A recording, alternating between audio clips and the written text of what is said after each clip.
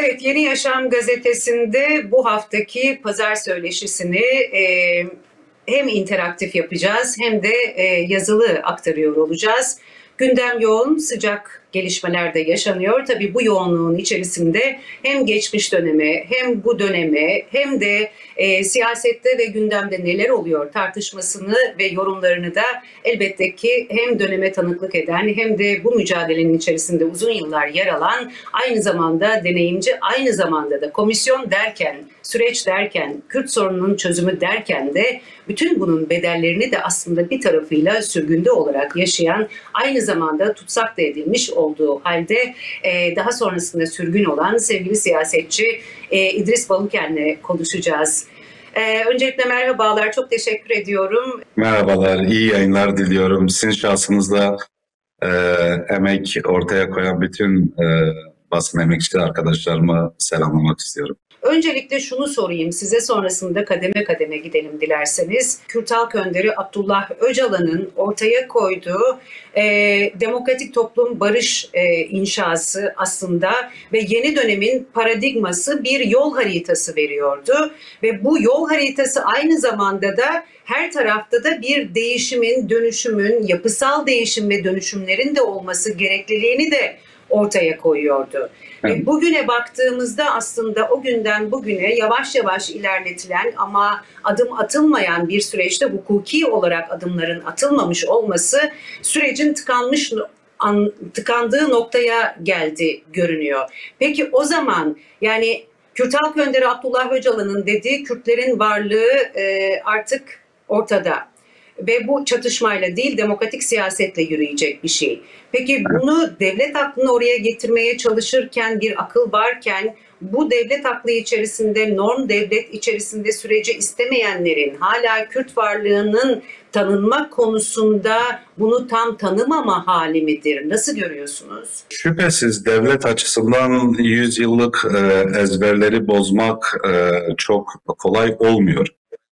Şu anda devlet içerisindeki güç dengelerini de gözettiğimizde en az birkaç parçalı bir yapının koalisyondan bahsedebiliriz. Yani görünür siyasette AKP ve MHP özelinde formüle edilen o güç bloğu dışında bir de norm dışı olarak tarif edilen ve Türkiye Cumhuriyeti'nin tarihi boyunca varlığı inkar edilmeyen bir farklı yapında olduğunu biliyoruz. Bu konuda hala belli ki tümüyle bir uzlaşma sağlanmış değil, bir kararlaşmaya varılmış değil. Bir taraftan devletin içerisindeki bazı güç odaklarının bu sürece karşıt faaliyetlerine zaman zaman dış yansılarla tanıklık ediyoruz. Bir yandan da işte iktidar cenahında da zaman zaman barış sürecinin ruhunu zedeleyebilecek, o ruha denk düşmeyecek bir takım söylemlerin geliştiğini görüyoruz. Bunları tabii çok konjonktürel gelişmeler veya işte Orta Doğu'da yaşanan bölgesel dinamiklerle formüle edebiliriz ama bu tam meseleyi doğru anlamamayı beraberinde getirebilir. Hala devlet ve iktidar bloğu içerisinde bu sürece dair kendisini karşıt olarak konumlandıran ve bu anlamda da sürecin yerine o 100 yıllık çözümsüzlük üreten politikalarda ısrar eden bir damarın olduğunu ifade edebiliriz. Peki o zaman bu süreci tam olarak doğru nasıl anlamlandırmak gerekir? Şimdi bu sürecin başlangıcına gidelim. En azından işte iktidar adına konuşanlar ne dediler?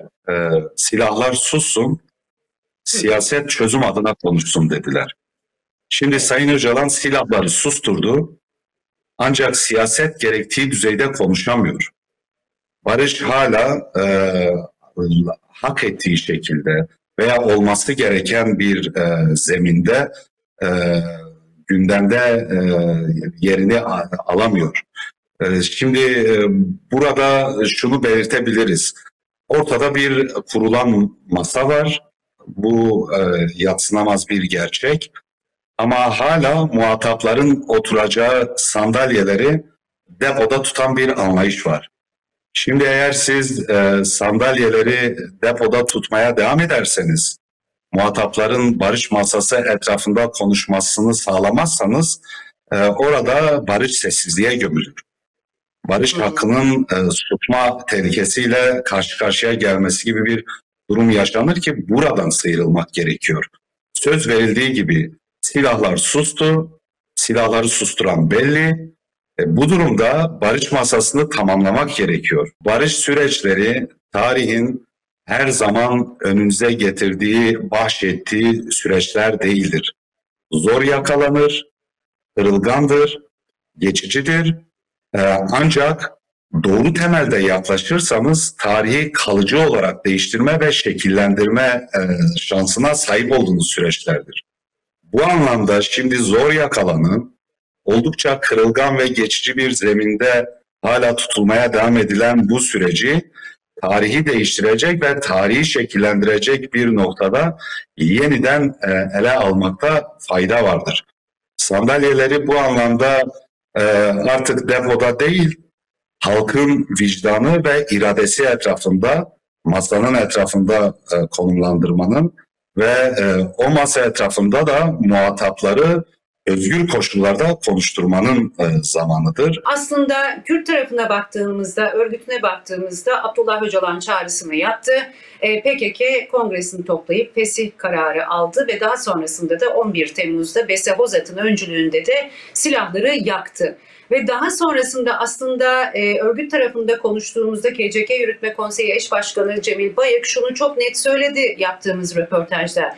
Biz dünya silahlanmaya, NATO silahlanmaya gidiyorken işte neden silahlar yakıldı denildiği yerde biz Orta Doğu'da kan gölüne ve savaşlarla kan gölüne çevriliyorken bu dönemde silahlarımızı yakarak aslında şiddet ve savaş değil demokratik siyaset zemininin yollarının açılmasını istiyoruz ve silahları da elimize almak istemiyoruz dedi. Şimdi sorumluluğu yerine getirecek olan devlet tarafının hala yasalar, hala komisyon ve oradan çıkacak yasaların pratiğe geçirilmemiş olmasını ve bu hani oyalama mıdır, sürüncemede bırakma mıdır ya da planı, programı, yapmak istediği amacı ne olarak görüyorsunuz siz? Ben bu yaklaşımı barış sürecini sıradanlaştırma arayışı olarak görüyorum. Barış süreci sıradanlaşmayacak kadar değerli, önemli ve tarihi bir yerden ele alınmalıdır. Şimdi belirttiğiniz gibi Kürt tarafının demokratik toplum ve barış çağrısı, sonrasında PKK'nın fesih kongresi ve fesih kararını alması ve sonrasında silahların yakılması merasimiyle ortaya koymuş olduğu irade ve tutum Kürt meselesini sadece ülke gündeminde değil, dünya gündeminde birinci sıraya oturttu. Baş gündem Kürt meselesi etrafında şekillendi. Böylesi bir zeminde ki uluslararası alanda da hani hatırlarsanız Birleşmiş Milletler'den tutalım da işte Avrupa Parlamentosu'na, Amerika'dan tutalım da bilmem Avrupa ülkelerine kadar çok güçlü bir destek zemini yaratıldı. Uluslararası meşruiyetin ve desteğin bu düzeyde sağlandığı ve içeride de koşulların bu düzeyde sağlam bir irade üzerinde olgunlaştırıldığı bir yerde beklenen odur ki hızla gerekli siyasi ve yasal adımlar atılsın.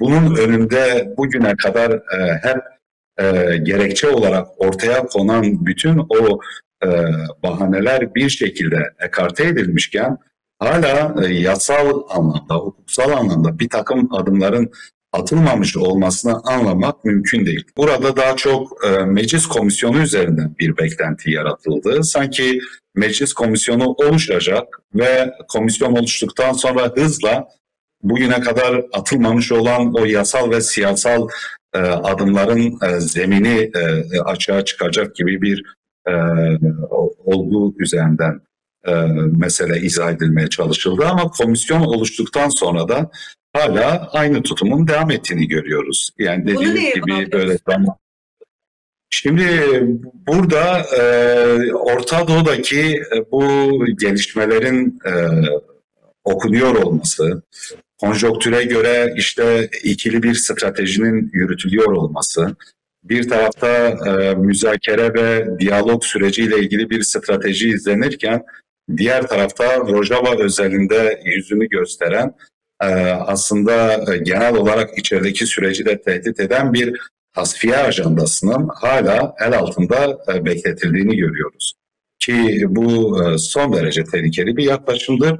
Geçmiş dönemde de zaten barış süreçleriyle ilgili böyle ikili stratejiler uygulandığı için barış süreçleri akamete uğradı. Peki Şimdi en azından son 10 yılda şimdiki o tasfiye dediğiniz o kritik meselede geçmiş döneme göre şimdiye baktığımızda bu çok daha ciddi kayıplar ya da sıkıntılara neden olmaz mı? tarih böylesi barış süreçlerini her zaman önümüze getirmez. Yani Ve getirdiğinizde de sizden onu doğru şekilde ve tarihi doğru bir şekilde şekillendirecek bir zeminde değerlendirmenizi ister. Bunu değerlendirmediğiniz zaman tarihin yargısı ağır olur ve herkese ödeteceği bedelde geçmişe açacak şekilde maalesef ağır bir takım sonuçlarla ortaya çıkar. O nedenle yani bu yeni dönemde artık böylesi yaklaşımların bu bilinç üzerinden ele alınarak terk edilmesine ihtiyaç vardır. Aynı nehirde iki defa yıkanmanın bir anlamı yok. Zaten bugüne kadar çözümsüzlük üreten politikalar hani 100 yıllık inkar, imha, asimilasyon politikalarıydı. İşte buna karşı kolektif itirazları boğma veya imha temelindeki yaklaşımlardı. Son 10-15 yıl içerisinde de yani Kürtlerin işte Orta Doğu'daki her bir kazanımını hani tırnak içerisinde tehdit veya güvenlik parantezine alan bu yanlış stratejik yaklaşımlardı. Burada artık bir düzeltiye ihtiyaç var ki bu anlamda biz çok kıymetli bir muktesebata ve deneyime de sahibiz. Demokratik siyasetimizin de bu anlamda bunu sıkça gündemleştirmesine ihtiyaç var. Ben şu anda da barış süreciyle ilgili en kırılgan zeminin Rojava ve Suriye meselesi olduğunu düşünüyorum. Ancak geçmişte 2013-2015 sürecinde Sayın Öcalan'ın çabalarıyla şekillenen çok kıymetli bir deneyimi sürekli hatırlatmamız, güncellememiz gerekiyor. Suriye ve Rojava'da çözüme giden yol Eşme'de kurulan köprüden geçer. Suriye ve Rojava'ya yaklaşımı yeni operasyonların, askeri çözümlerin ruhunu canlandırarak değil, Eşme ruhunu canlandırarak ancak sağlayabilirsiniz, yeniden belirtebilirsiniz. Bu anlamda hatırlarsanız o dönem hani Türk askerini canlı canlı yakan barbar bir anlayışa karşı Türkiye'nin oradaki Kürtlerle birlikte hareket etmesinin sağlamış olduğu barışçıl ve demokratik bir çözüm mekanizması şekillenmişti. Ve sonrasında da her bir tıkanıklık noktasında Sayın Öcalan hep Suriye ve Rojava meselesine yaklaşılırken Eşme rolünün asıl alınmasının önemine vurgu yapmıştı. Ben günümüzde de Türkiye'nin böyle dualist stratejilerle bir yerinde tasfiyeyi esas alan yaklaşımlar yerine artık doğrudan Eşme'deki o sağlanan yürek birlikteliğini yönetimsel bazda da hayata geçirerek bir yol alması gerektiği kanaatindeyim.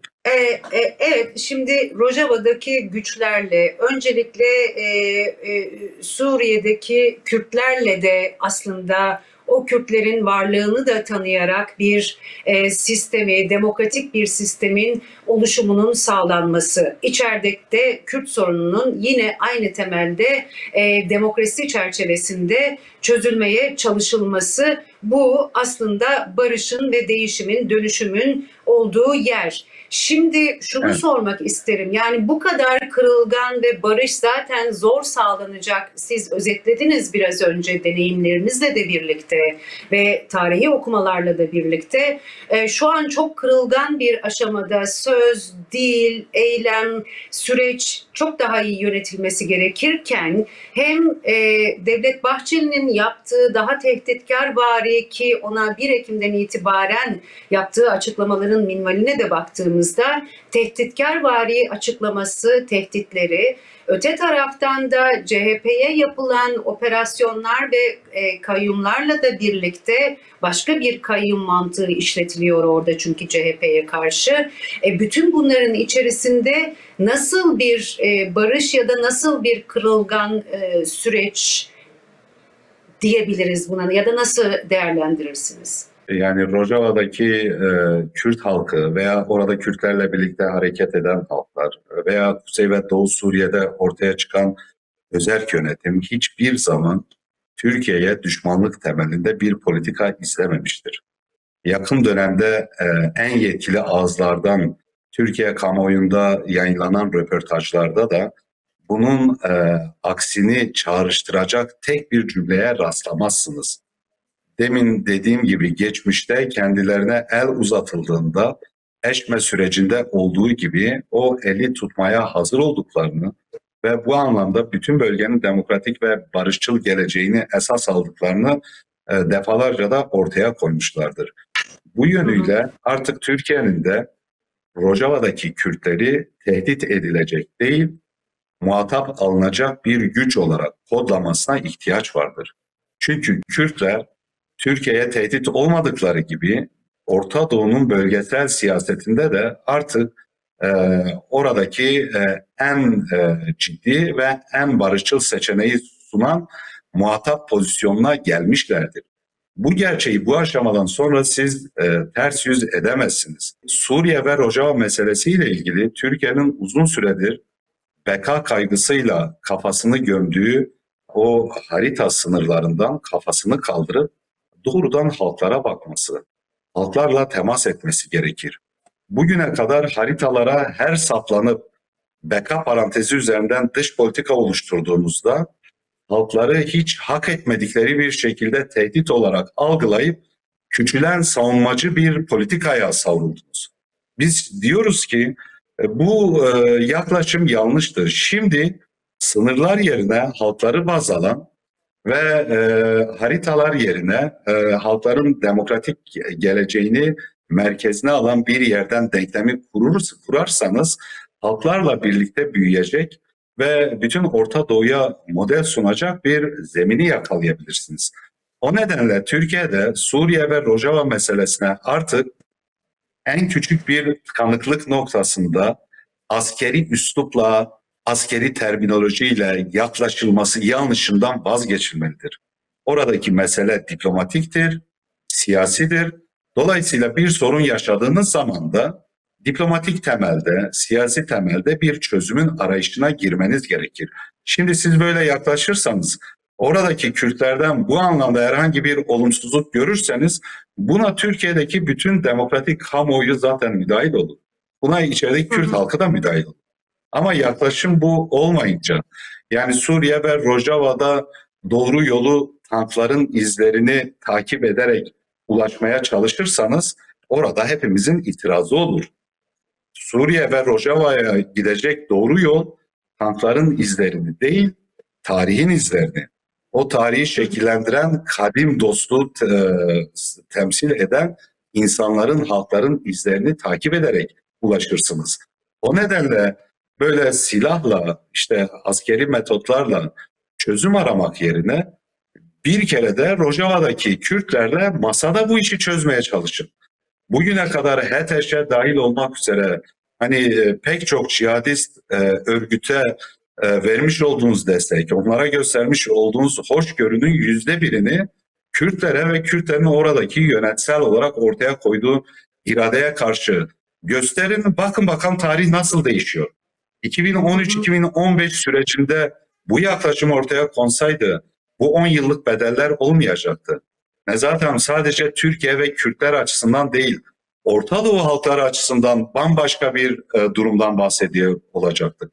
Belki de bugün Gazze'de yaşananlar, Filistin'de yaşananlar dahi olmayacaktı.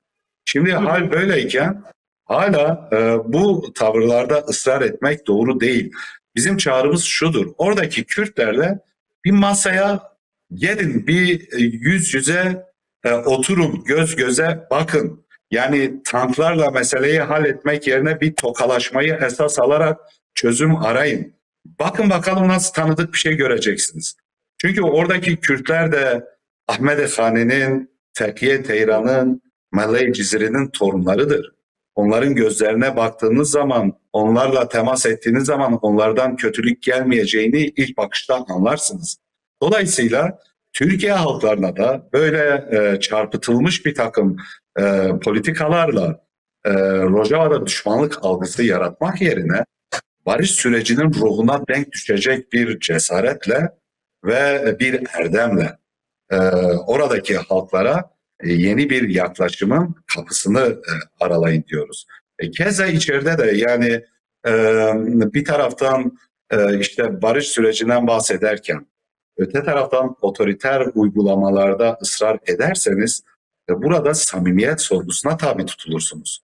Güven problemi yaratırsınız. Şimdi orada Ben samimiyet tam ve güven ilişkili meselesi. olduğu için şöyle bitireyim. Tabii, Tam buyurun. böyle konuyla ilişkili olduğu için şöyle bağlamış olayım.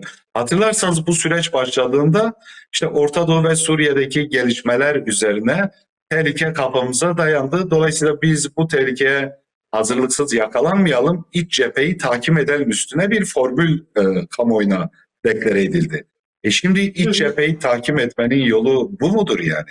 Her anlamda muhalefeti susturmak, muhalefetin iradesini hiçe saymak, onların yerine kayyum atamak, deyim yerindeyse muhalefetsiz bir Türkiye geleceği projeksiyonu ortaya koymakla siz iç cepheyi nasıl takip edeceksiniz?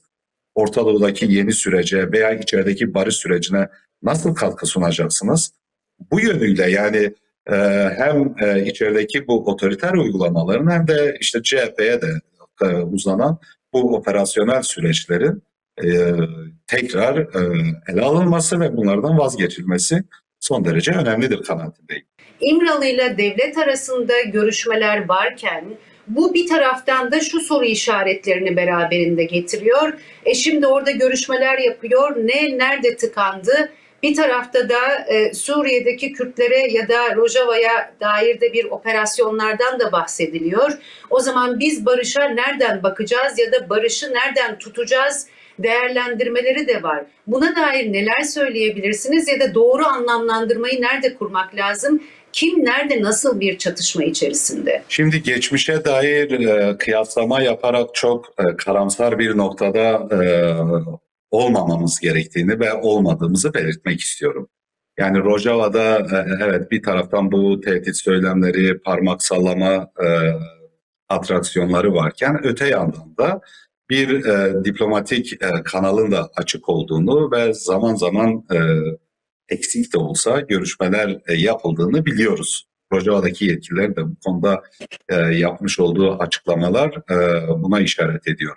Bizim söylediğimiz şey bu diplomatik kanalları alabildiğine açarak, şeffaflaştırarak ve doğru temelde ele alarak tümüyle bu askeri çözümlerin önüne koymaktır. Bu yönüyle yani Kürtlerin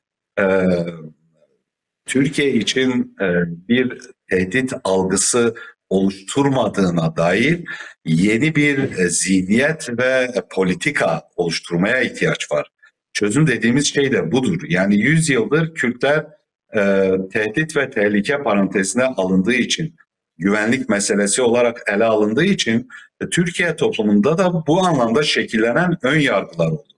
Şimdi Sayın Öcalan dünya çatışma örneklerinde benzeri görülmemiş bir şekilde Türkiye toplumunun sosyolojisini baz alarak reel politiği doğru bir yerden yeniden formatlayarak süreçlerin en sonunda konuşulacak olan başlığı en başa aldı ve bunu yaparken de bu sosyolojiyi rahatlatarak Bu 100 yıllık ezberlerin bozulması için devlet veya iktidar cenahına hareket edebilecekleri bir alan yaratmaya çalıştı.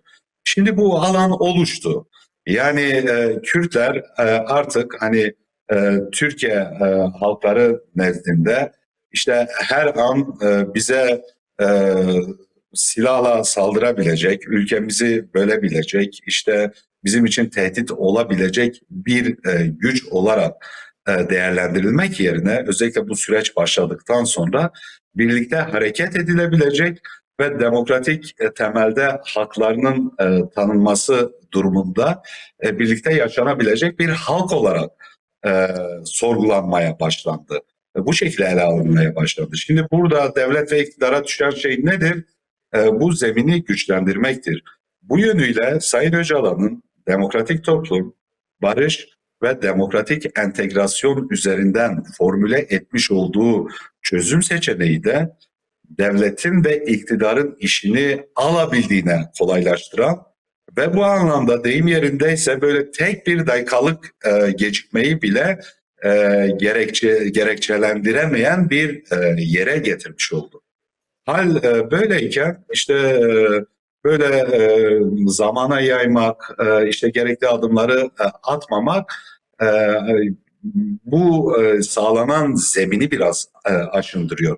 Peki böyleyken hani çok e, umutsuz bir noktada mıyız? Değiliz. Yani bunlar çok kolay aşılabilecek şeyler. Kürt Halk Önderi Abdullah Öcalan'ın en son ifadesinde yer alan komisyon sorunun adını ve özünü ıskalamamalı dediği yerde şimdiye kadar yasalara dair herhangi bir adım atılabilmiş, bir taslak oluşturulabilmiş değil tartışmaları da var. Aslında komisyon tam olarak ne yapıyor tartışmaları da var ve bu yüzden de hani orada zaman geçiyorken daha fazla zaman geçmesin, hızlı işletilsin tartışmaları da var.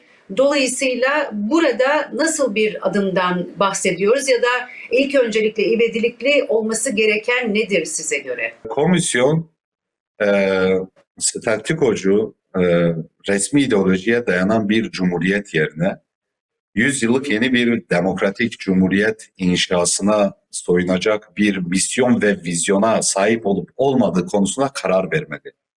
Bizim açımızdan yapması gereken şey, bizce doğru olanı, yeni 100 yıllık bir demokratik cumhuriyetin inşası ile ilgili komisyonun o inisiyatifi alabilecek yeterlilikte ve iradeye sahip olmasıdır. Velev ki Komisyonun kafası bu karışık mı? anlamda biraz öyle görünüyor. Biraz da inisiyatif geliştirme konusunda çekingenlik var. Hala işte Cesur. bir yerlerden böyle haber bekleyen bir durum var. Örneğin komisyonun bugüne kadar Sayın Öcalan'la görüşmemiş olmasının hiçbir izahı olamaz. Bence geçmişte de biz bunu hep söyledik. Komisyonun ilk yapması gereken iş Sayın Öcalan'la görüşmekti. Çünkü Kürt tarafı açısından Sayın Öcalan baş müzakereci olarak tanımlanmış. Bugüne kadar komisyonun çalışmasını yürüttüğü meclis çatısı altında 3 milyona yakın dilekçe Sayın Öcalan benim irademdir diyerek oraya gelmiş ve güncelde de Sayın Öcalan'ın silahları susturarak hani barışı yeniden canlandırmasıyla ilgili tutumu ortaya çıkmış. Yani bugün Sayın Öcalan'ın bu güçlü hamlesi, bu stratejik hamle etrafındaki, arkasındaki güçlü iradesi olmasaydı biz işte bir yıl önceki siyasi zeminle veyahut da bu bir yıl içerisindeki hükümet pratiğiyle barışı konuşabilecek bir noktada olabilir miydi? Bu mümkün mü? O nedenle hala geç kalınmış değil.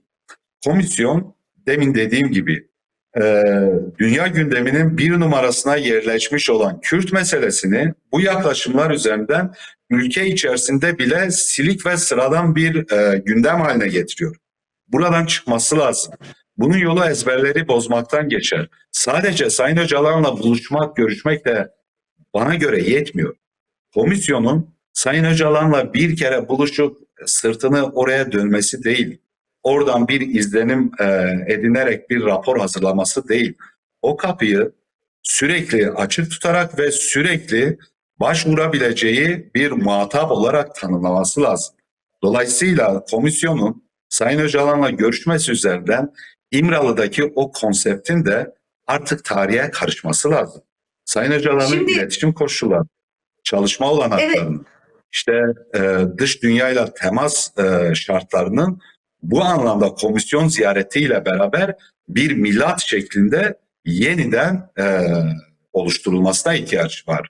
muhatabın devreye girip konuşmamasının bu kadar engellenmesi ve çekincesinin bu şekilde ortaya çıkması neden? Bu başka bir algıyı yaratmak mıdır? İçeride başka hesapların olduğu mudur? Biz iyimser yönüyle düşünelim. Yani şüphesiz belirtmiş olduğunuz handikapların tamamı akla gelebilir. Ama bu tarz süreçlerde, böylesi zor meselelerde inişler, çıkışlar, durağanlıklar, geriye gidişler, tıkanıklıklar olabilir.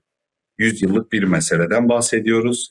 50 yıllık bir savaş gerçekliğinden ve ortada 50 binden fazla cenazeden, yerini, yurdunu, köyünü, şehrini, evini terk etmiş milyonlarca insandan bahsediyoruz. Dolayısıyla süreç başladı. İşte hemen çok kısa süre içerisinde, böyle 6 ay, 1 yıl içerisinde bir çözüm gelişmesini beklemek de zaten gerçekçi bir yaklaşım değil. O nedenle bu tarz tıkanıklık durumlarında böyle hemen kötümser ve karamsar değerlendirmeler yapmak yerine bence şuna esas almalıyız. Ortada barış iradesine dair bir süreklilik var mı? Barış çarkının dönmesine dair bir ivme var mı? Şimdi eğer bunlar var ise, bunlar ağır ve yavaş olsa dahi siz süreç içerisinde bunları istenen seviyeye ve istenen hıza getirebilirsiniz. Şu anda bölgesel denklem, işte küresel gelişmeler, siyasi konjonktür tümüyle Türkiye'ye hani Kürtlerle ilgili farklı bir seçeneğe başvurma zemini sunmuyor. Mücadele ve müzakerenin güçlü bir zemini olduğunu düşündürtüyor. Dolayısıyla bu yönüyle hani var olan tıkanıklık noktaları nasıl aşılabilir üzerine biraz herkesin kafa yorması ve toplumu da bu anlamda sürecin içerisine katması gerekiyor. Ben Sizce demin çok Sayın yeteri Öcalan'ın kadar kafa yorulmadığını ve öyle çok düşünüyorum. hızlı hüküm Ya şimdi verildiğini mi mesela demokratik entegrasyon kavramı. Yani belki de bugüne kadarki dünya barış örneklerinde görülmemiş düzeyde ön açan, rahatlatan ve kolaylaştırıcı yön sağlayan çok kıymetli bir teklif. tam olarak Ancak ne bu demek demokratik entegrasyon? evet işte bunu sürekli anlatmaya ihtiyaç var. Bu konuda Türkiye toplumunun da aydınlanmasına ihtiyaç var. O ön yargılardan sıyrılması için, o tarihi korkulardan arınması için e, hani e, özgül ağırlıklardan çok daha fazla ses çıkaran bir takım marjinal kesimlere bu çok kıymetli kavramları çiğnetmemek gerekiyor. Demokratik entegrasyon dediğimiz şey 100 yıldır varlığı inkar edilen bütün kimliklerin, kültürlerin, inançların varlığının yasal ve hukuki güvenceye kavuşturularak birlikte yeni bir yüzyıla hazırlanmasıdır. Onurlu ve eşit yurttaşlık temelinde yasal güvenceye kavuşturulmuş tarihsel bir tekliftir. O anlamda işte 100 yıldır ayrılacağız, işte bölüneceğiz, Kürtler hak elde ettiğinde bizim haklarımız elden gidecek korkularına verilebilecek en güçlü cevap demokratik entegrasyonun kendisidir.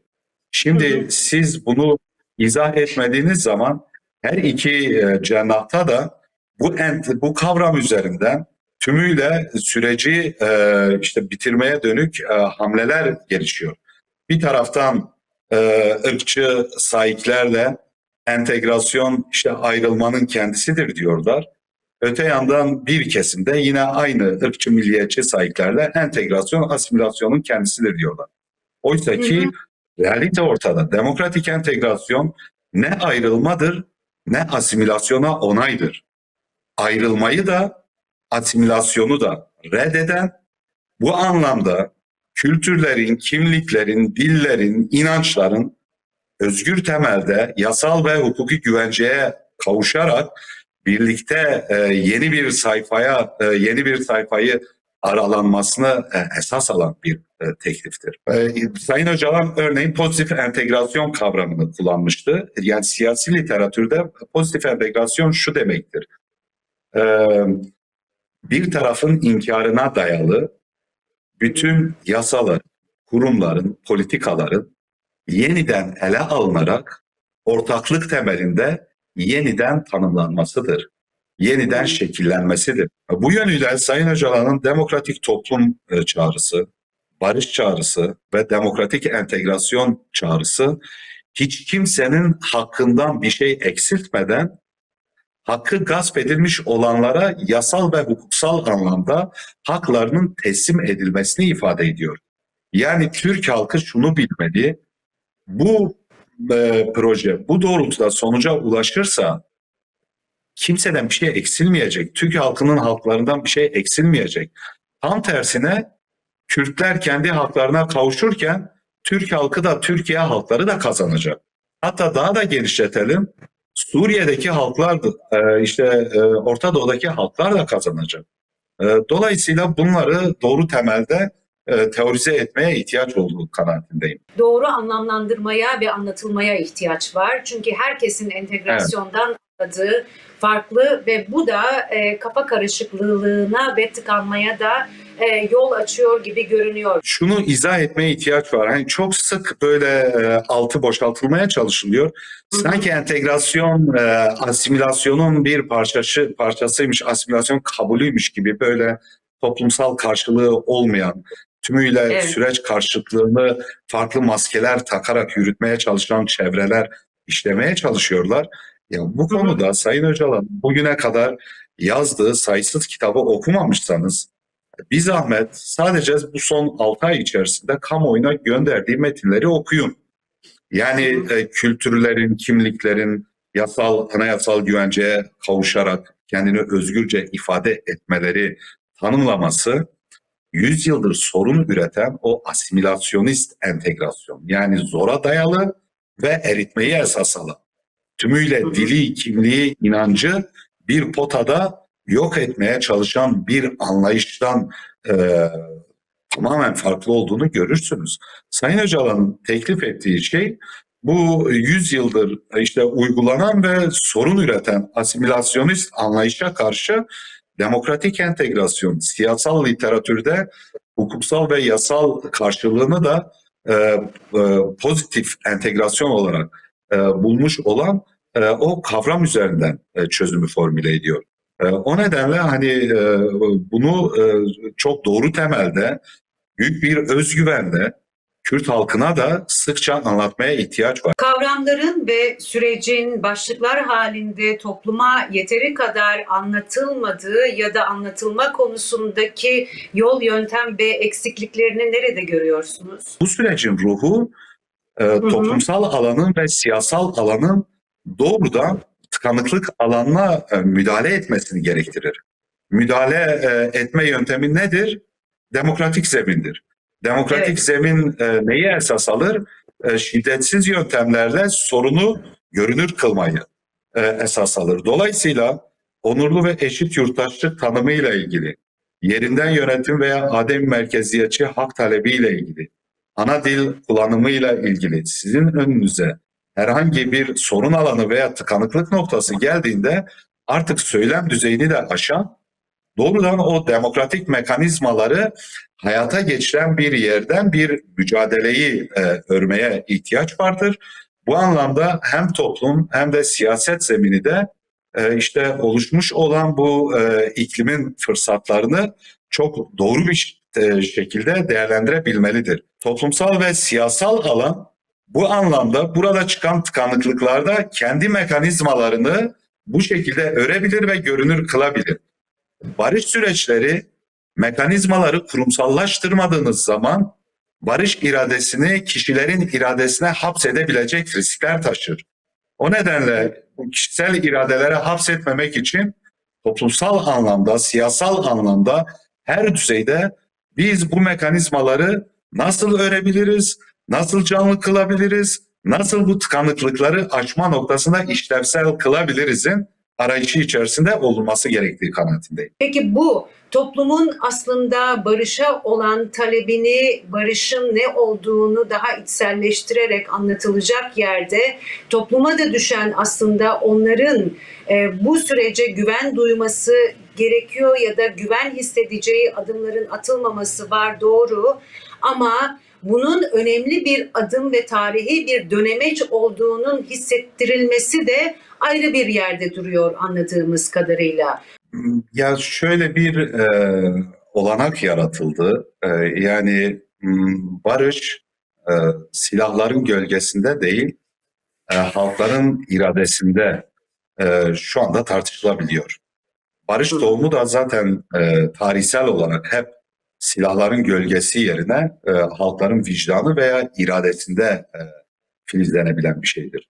Şimdi silahlar sustu, bir tartışma ortamı oluştu. Burada mümkün olduğunca en güçlü tarihsel referanslarla, işte güncel siyasetlerle sürekli toplumu enforme etmek, sürekli toplumu bu sürecin içerisinde aktif bir özne olarak konumlandırmak gerekiyor. Kürt halkı askeri operasyonlar yerine anayasal, yasal ve anayasal tanınma istiyor. Ya bu sürecin ruhu budur yani. Bu kadar basittir. 100 yıldır askeri operasyonlar yapıldı.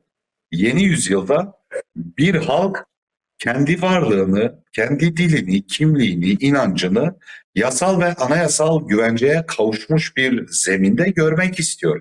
Bunu doğru bir şekilde formüle ettiğiniz zaman, mücadele alanına taşıdığınız zaman buna vicdan sahibi herhangi bir Türkiye'li biri, herhangi bir Türk'ün karşı çıkmasının bir nedeni yoktur ki. Dolayısıyla içeride ve dışarıda bu kadar olumlu zemin var iken demokratik temelde sizin geliştireceğiniz her bir yeni yaklaşım burada bazen güçlü tarihsel referanslara başvurmak gerekiyor.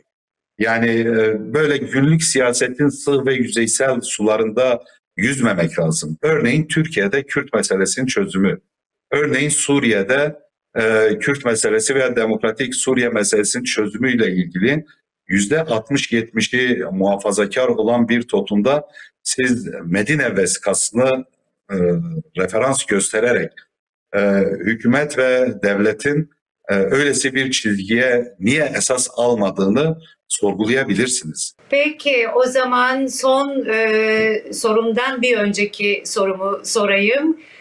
Şimdi şu tabii ki yani bu içinden geçtiğimiz süreçte siz aslında tam olarak her anlamda yaşanan sürece, gelen mesajlara, kavramlara, yeni dönüşüme, yola ve topluma, birçok kesime bu süreçle alakalı büyük resme bakma anlamında neler söyleyebilirsiniz deneyimleriniz ve tecrübelerinizle bağlantılı? Yaşanan her tıkanıklıktan bir umutsuzluk ve karamsarlık payı çıkarılmaması gerektiğini düşünüyorum. Bu temkini elden bırakmak anlamına gelmiyor. Süreci temkinle izlemek, sürece dair işte iktidar ve devlet cenahının yaklaşımı üzerinden kaygılar taşımak, endişeler, soru işaretler, duyarlılıklar taşımak bence önemlidir ve olması gerekendir. Bunlar olmazsa kaygı duymamız lazım. Hani halkımızın veya Türkiye halklarının bu anlamdaki duyarlılığını bir dezavantaj olarak değil, tam tersine barış etrafındaki duyarlılık üzerinden bir avantaj olarak okumak ve bu anlamda da mümkün olduğunca bunları gidermeye dönük bir çaba içerisine girerek bütün toplumsal kesimleri bu sürece dahil etmenin çabasını ortaya koymak gerekir. Bu yönüyle topluma düşen şey karamsarlıktan ve kötümserlikten uzak bir şekilde umudu büyütmenin çabası içerisinde olmak, siyasete düşen de bu çaba içerisinde olan toplumun taleplerini mümkün olan en yaratıcı yöntemlerle siyasal alana taşımak olmalıdır. Ben böyle olduğu sürece Bu işten öyle birileri geri adım atmak isteseler dahi çok kolay kolay geri dönüş olmayabileceği kanaatindeyim. Yani barışın nihai bir sonuca ulaşıp ulaşmaması bizim ellerimizdedir, başkalarının değil. İdris Baluken'in derdi nedir? Ben daha önceki programımızda da söylemiştim. Barışı gerçekleştirilmiş bir ülke özlemiyle buluşmak. Tabii bu programı yaptığımızda eksilmiş olduk. Birçok sevdiğimiz insanı, kıymetli dostu, mücadele yürüten arkadaşları kaybetmiş olduk. Hepsini de ben sevgili Sırrı Süreyya Önder'in o büyük kişiliği şahsında almış olayım. Biz artık eksilerek sorunlarını konuşacağımız bir ülke gerçekliği istemiyoruz. Sorunlarını aşmış ve birbiriyle buluşarak birbirini çoğaltan, yaşama dair yeni şeyler üreten bir ülke gerçekliği istiyoruz. Benim derdim de bu anlamda karınca katkı sunmaktır. Özgürlükler hepimiz için gerekli. Özgürlükler bütün toplum için gerekli. Daha fazla kayıplar, acılar yaşamayalım diye gerekli. O yüzden çok teşekkür ediyorum. Bu röportajı gerçekleştirdiğimiz için Yeni Yaşam gazetesi adına. Teşekkürler İdris Baluken. Halkımızın diliyle bitirmiş olayım. Barışın kaybedeni yoktur, kazananı çoktur. Bu kadar nettir. Umarım bunu herkes anlar. Bu gerçeği herkesin anlaması gerekiyor. Bu haftalık bu pazar söyleşisinde bizden bu kadar.